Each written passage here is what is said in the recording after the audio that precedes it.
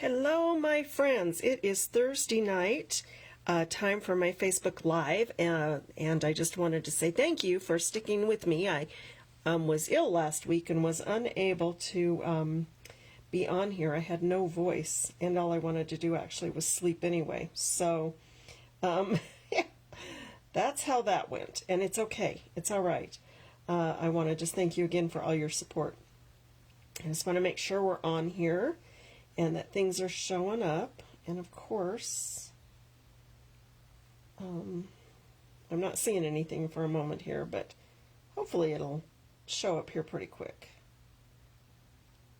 Anyway, I am super excited to be here. I'm going to assume we are on, which is always a mistake to assume anything. I want you to see this cute little card we're going to make tonight. And again, I just really want to make sure I'm here, that I'm here and showing up. There we go. Okay, I see it. I am going to do my level best to answer comments, but like I've said before, I don't always get to see them. So if I don't comment when, or if I don't respond when the comments come up, I will definitely respond later. And because I'm going to post this to YouTube later, after I chit chat here for a minute, I will go ahead and do like a restart, just so it shows up. And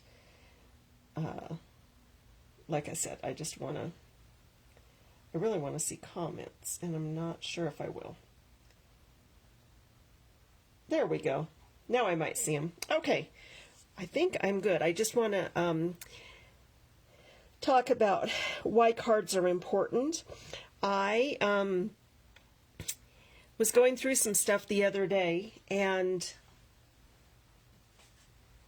some of you may know that my brother passed away several years ago. So here not too long ago, I was going through the rest of his stuff and found his baby book and stuff I wanted to send on to my niece. And so I found in his baby book, I found all of these great cards, and I wanted to share this one with you, for instance. So here's a card that was in his baby book, and it was given to my parents for him when he was like a year old. And so 1966. And I think it is just the cutest card. It just makes me smile because when you open it, it's interactive. And why do I tell you all of this? Because it's really important to remember that cards mean a lot. So when we make and send a card, there are people that may save it for, 50 plus years. And that matters. And so that's why we make cards. They mean a little bit more. And this one tickles me because A, it's interactive, it's got some embossing on it, and it's special. And a lot of the cards nowadays that we buy just aren't as special. They're not as interactive, and and besides that, if you bought one like this today, you'd pay $6 or $7 for this same card. And it's still mass produced. Okay, so I think I gave you all time to get on, so I'm going to go ahead and start. My name is Brenda Paulson. I am owner of My Pastor's Wife Designs. I am an independent Stampin' Up! Demonstrator, and I am going to show you tonight how to make this cute card. This one I made for my granddaughter. She was the Master of Ceremonies at her DARE program, and so I just wanted to send her a cute little thinking of you card. And so we've got this and then this on the inside. Super easy card, I think.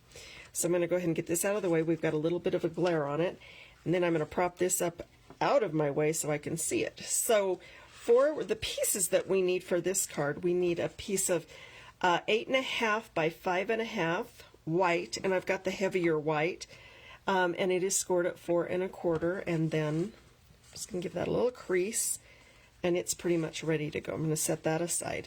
And then I have a piece of, I believe this is garden green. You can use any green you want, but I used garden green. And it is 3.5 inches by 2 3/4. I'm going to set that there. And then I have a piece of white, and this is basically big enough for me to stamp my girl on. I've got a 3.5 by 2.5. It literally was just kind of, I made it sure it was the size that I needed. And then I've got this cute paper from Happy Forest Friends, and it is 2.5 by 3. And you can use either side of it. I'm going to use the tree side, but you could use just this plain side as well. And then I also did a half circle. I used the Stylish Shapes, and this is also from the Happy Forest Friends. And then I've got a piece of black, and this is kind of a scrappy piece because I'm going to put a different sentiment on the card we make tonight, because I need it for something else, and I'll trim it out after the fact. But for the most part, we need, I'm going to say this is 2 3/4 by 2.5. I would say 2 3/4 by 2 is probably plenty. Let's set that aside. And then I have punched one little flower out, and I believe it is probably cherry cobbler, but it could be real red. I can't remember. It doesn't matter. Pick a red, or a pink, or a purple, just a flower. And then we have some of our baker's twine, and this is the In Color Parakeet Party with some, it's you know, Parakeet Party in white, and this is going to make our stem. And then we're going to need some Stampin' Dimensionals and some glue dots, and then some a few other items that I'll talk about as we go along. So I'm going to set these aside for now. And we're going to start with our stamping. The stamp sets that we're going to be using tonight is by my side. And you can, I mean, I love these. I think these are the cutest little kids. And I'm going to use the Thinking of You Today, I think is what I needed. Yep, I've already got that stamp mounted. And then I need our little girl. I'm going to set that aside and get that out of my way because I know what can happen. I'm going to go ahead and mount this onto my clear block. And we will be using the Tuxedo Black. And then the other stamps that I'm using is this A Grand Kid. I love, love, love this set, and we're going to be using the So Smart, So Fun, So Sweet, and So Wonderful. This has some great sentiments in it, so I think you would really like this. So we're going to go ahead and get started on our stamping. And the first thing I want to do is open up my card base, and I have actually mounted our words in my Stamparatus. And the reason I did this was because I wanted to make sure it was perfectly lined up for my card because of where I wanted it. So we're going to go ahead and actually I'm going to put this magnet over here so it holds everything down. And the reason I'm using the Stamparatus is because it is a sentiment stamp, and I want to make sure that if I don't get a nice solid image, I can re-ink and restamp, and this isn't going to move around anywhere, and I won't have to do it again, and it will line up.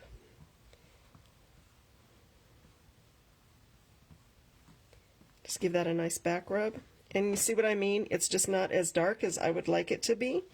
So I want to just re-ink. I'm just going to tap it down. You don't need to pound on it. And then just set it right back down, and it's going to be right in the same spot. Give it a little back rub. And you see how that's just so much more solid, and that is perfect. So I'm going to set this aside. I'm going to set that aside to just let it dry just a minute. And I'm going to get my Stamparatus out of our way. Now next, I want to stamp my little girl. And I'm still going to be using this Tuxedo Black. Use whatever black you have handy. I like the Tuxedo or the Stays-On. It's going to set, and then when I do my coloring, I don't have to worry about it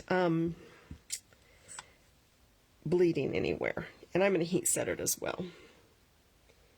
I'm going to give that just a nice press, and I just hold it down for a little bit because is what I like to do is I actually like to let the paper pull the ink off the stamp. And you can see what a nice solid image we get by just letting it set for just a minute. Now I'm going to get this out of our way as well. And I'm going to take my heat gun and I'm going to just set this for heat set it. The reason I'm going to do that is because I want it to not bleed at all. And this might be just a little bit loud, and I totally understand that, and I will just, you know, talk over it or yell or whatever it takes. Although I don't think it's that loud actually on the video. All right, and I'm just going to set that aside for a moment while it dries. I'm going to take this piece of black, and this time I'm going to use my white craft ink, and I've got my Stampin' embossing tray and buddy and all that. I'm going to use the white embossing powder, and I'm going to use the Whisper white ink, and I think it's called an embossing buddy.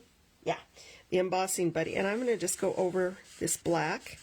The reason I use this embossing buddy is because if I have got lotion or grease from dinner or something like that on my hands, it's going to show up on the paper, and this kind of takes it away and just protects our piece of art, right? Now I told you I've already got this mounted, and you can see that I have a piece of washi tape on here, and the reason I do that is so I can line it up so that it's straight or fairly straight. And that just makes my life a little easier. I'm going to ink this up, make sure it's got enough ink on it. And I like to use the white with white. You could also use Versamark if you would prefer. Give that a nice press. Don't rock it. Just go straight down and hold it for a second and lift it straight off. And now I'm going to move that out of my way. Either move it or close it, because you don't want to drop your project in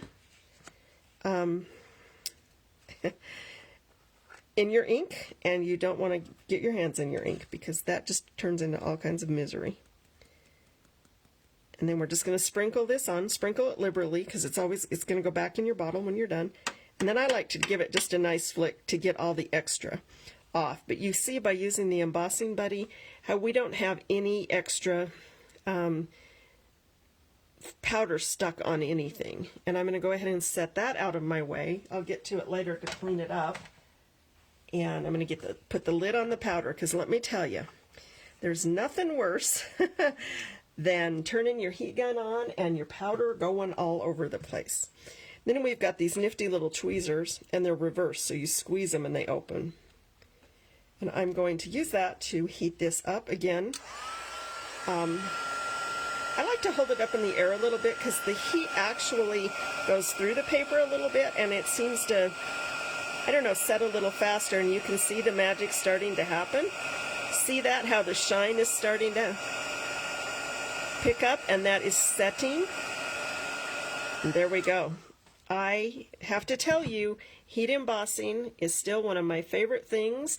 It's raised, it's shiny, and when I first started stamping, I went to a Stampin' Up! Party 35 years ago when they were first in business, and I was sold on this magic. It made my day. And so I'm going to set that aside and let that just set for a minute so I don't stick my hands in it and mush it. This has now had time to set up, so I'm going to go ahead and get her colored. I picked up the wrong card there. And I am using mostly Stampin' Blends, but then I will also be using just the Stampin' Right marker for the smaller stuff, just because it's a little bit finer tip. And that's too fine of a tip. So I'm going to take this brush and I'm just going to go around. And you can, of course, use any color you want. This is what I had in the box. So this is what we'll be using. Keep in mind the Stampin' Blends will bleed through the back. So this is a layering piece, and that is perfect. I mean, that's all you need is a layering piece.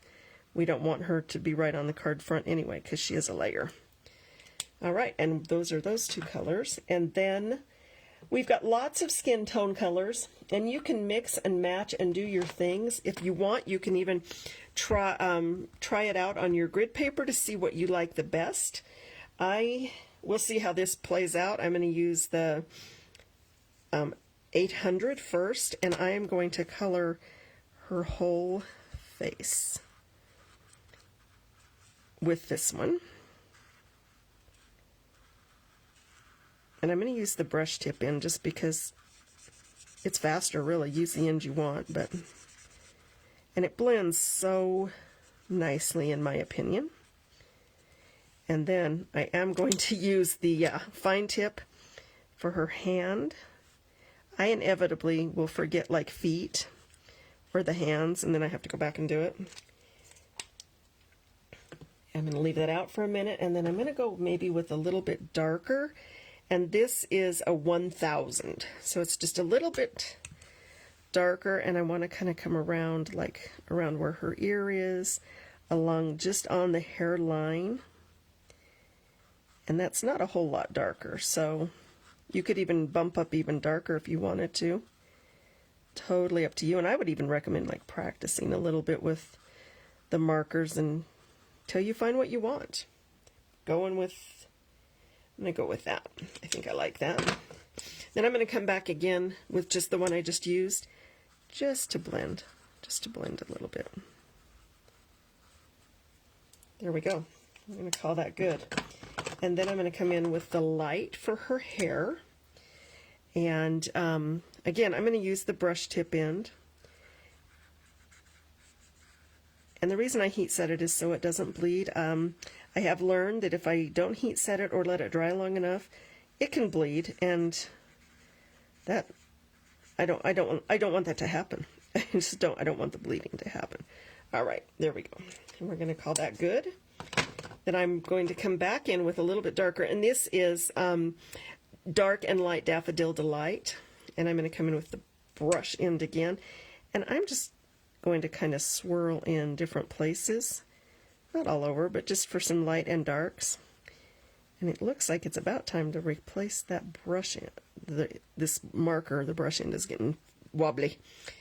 And then her dress, I'm going to go ahead and color it with, I don't even know what I've got here. I've got light and dark polished pink. Again, I'm going to start with the light. I always like to start with the light first. And you, again, can use whatever colors you want. This made me happy. And I guess I probably should have thought about who I was sending it to. I may have to rethink my girl, because the person I was sending this to, her favorite color is red right now. And then I'm just going to come back in where I think some darks need to go. Maybe along the sleeve line. And there we go. And she is colored. Now you are going to want to fussy cut her. We don't have dies for her, but it doesn't take all that long to fussy cut, especially if you can find your scissors. That seems to always be my my one thing. And we're going to come in with our trimmer, our snips, and it's always best if you move your paper more than you move your scissors. And I like to leave just a little bit of a white outline, and I'll tell you why. It adds depth. If you cut right up to your line, you're not going to have as much depth. It's kind of going to just sit on the paper a little kind of weird. And I just like that it gives it some texture or extra layer or dimension. And I'm going to find the right word. I think we'll go with dimension. And you can see it really doesn't take that long. And it doesn't have to be perfect. I like smooth over perfect. And I, again, think this is the cutest set. I think there's a lot you can do with the set. Slimline cards with all three of the little kids is perfect. And I think it's great for just to cheer people up. I'm actually going to use this set and this, basically the same card idea, but do a little framed piece for a friend who's kind of who mentioned that she thought it was a cute card. And she's like, I could frame that. And I'm like, well, we could frame that. How about instead of doing that, I just make her a cute little frame piece. So that is, that's what I'm going to, that's a goal.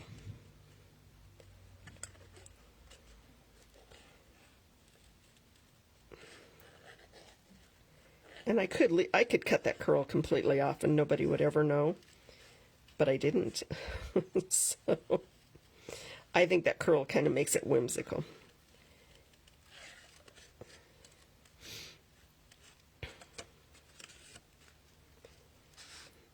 And if some of you don't like to fussy cut, maybe you could just do like a round punch or a round die cut or a square that would just cut around her, and then you would be fine. The reason I wanted this one fussy cut was to, because I want to pop it off the page, because I'm kind of made a little hill that she's kind of walking on. So, but again, completely up to you.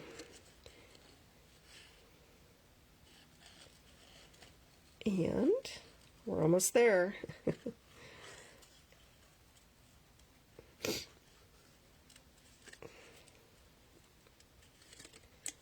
If my scrappy piece would get out of the way, we'd really be there.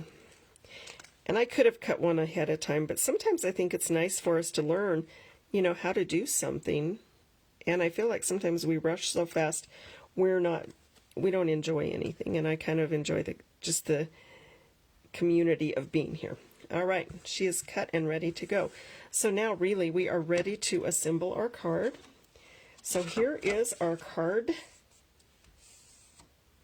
base, and here is this piece, and then this piece, and then I have a little trick, and you're not going to want to adhere this just yet because, well, you can.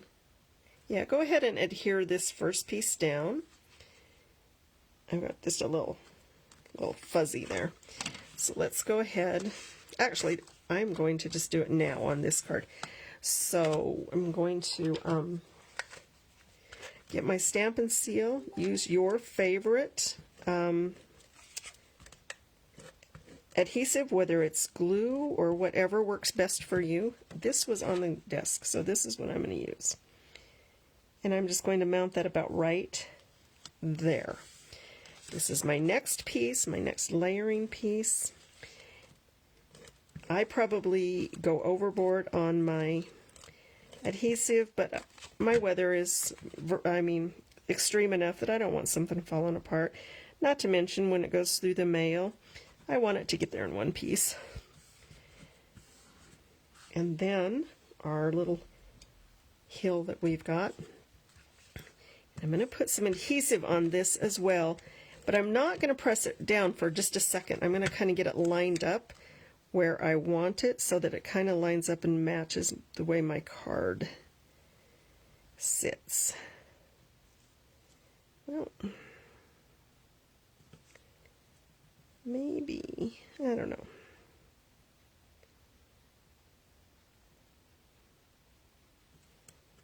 I think I'm going to go like so. And then I'm going to put some Stampin' Dimensionals on the back of her. And we could have made this a little wider, but I didn't. And it's okay. And I want her to pop up pretty good and stick. I don't want to have any like droopy spots, and so I'm going to be generous with the Stampin' Dimensionals as well. I hate working on a card and then having like one weird little droopy spot. It just makes me crazy. And then I just kind of want her, how do I want her walking? I guess maybe like that. And then is what I'm going to do is I'm going to take just a brown Stampin' Right marker, and I'm just going to kind of give it a little swirl under her feet so it doesn't look like she's floating in the air. You could use a stamp or anything to do that. Then I'm going to take my flower, and I'm just going to kind of bend it a little bit where the petals kind of already are bendy. Does that make sense? And I'm going to put a Stampin' Dimensional. Am I going to do that, or am I going to just use a glue dot? Yeah, I'm going to use a dimensional. And I'm going to put that on the back here. All right, and then I'm going to set that down for just a second. I'm going to take my twine and I am going to start about right there. And I'm going to stick this first piece down with the Stampin' Dimensional. And that'll hold that down. Okay? And then we're going to make our stem. So we've got some glue dots here. Hey, Connie! A Brenda-ism. Oh dear, what was my Brenda-ism? I'm dying to know. It's, Lord only knows. I'm going to take these glue dots and I'm going to just get one off with my finger. Normally I would use my take your pick tool or something, but right now I don't need to do that. So I'm going to just press that little dot down, and then I'm going to take my twine, and I didn't give you a measurement on that because I'm going to use it like that, and then I'm going to give it a loopy. All right, and then I'm going to tuck my dot around it. Does that make sense? And I may fuss with that a little bit in a minute. You guys don't need to watch me fuss with my loop. And then I want to just kind of come back down around and loop it. And you know what? I'm going to let it loop how it wants to. It's easier actually than me trying to force it to do something it doesn't want to do. I'll have to go back and look. Lord only knows what I said. And I'm going to get another glue dot and just give it a twist. And I'm going to stick it kind of where that was naturally wanting to go. And kind of give it a little force there. And like I said, I'll bunch those together. And then I'm going to come around, and my sentiment is going to be going right here, so I'm just going to give that a clip about right there. Now, like I told you, I cut that just a little big because I wanted some room to play. So I'm going to find my trimmer. Oh, there it is. Good heavens, I've used it 1,000 times today, and now I can't find it. You know why? Because I put it away. I'm going to set that out of the way for just a minute. And I want to trim this. I'm just going to kind of eyeball it. You don't have to, but I'm going to. And I think I want to trim this out at about, again, I'm eyeballing. So that, and I want to make it a little more even. So again, just kind of eyeballing it. Looks like it's going to be about 3/4 of an inch. And that is fine. And I'm actually just going to leave these edges straight. You could trim them, clip them, put a little pennant on them. You could use one of our punches, but I'm not doing that. I'm doing this. And then I've got, again, my Stampin' Dimensionals, and I am going to use 3 of them because I don't want any saggy centers. We don't need any saggy middles. I already got one of those. Don't need another one. And then I'm just going to lay that there. Take these off. And everybody has ways they take these off. This is what I'm doing tonight. I could get all fancy and show you something, but I don't feel like it. I'm actually going to twist that around. Kind of hold it for just a second because I want it to stick out this other way. There we go. And I got that lined up pretty good for aiming and holding and everything. Then I'm going to take one of these enamel dots and put it in the center of my flower. I think I'm going to use this lighter one here in the middle and give it a press. And then, like I said, I'm going to take and I'm going to just adjust these little dots a little bit so they don't show, and so I make sure that my stem is sticking. Does that make sense? All right, and well, she's little. All right, but like any stem or any flower in my garden, that's what's going to happen. So there you have it. We used that sweet, sweet set by your side, which I honestly didn't like when I first saw it, and now I can't get enough of it. And then the inside, so smart, so fun, so sweet, and so wonderful. And that's your card, guys. I hope you enjoyed this, and I hope you will join me again next week here at My Pastor's Wife Designs at 7 p.m. For our next card. And you know what? I haven't decided for sure which card I want to do. It's always a surprise, but I think, just because I'm wanting some spring, I think we might do this goose, but I'm not 100% sure. We might do a bee. It'll be a surprise. Anyway, thanks so much for joining me. I hope you have a wonderful rest of your Thursday evening. Bye-bye.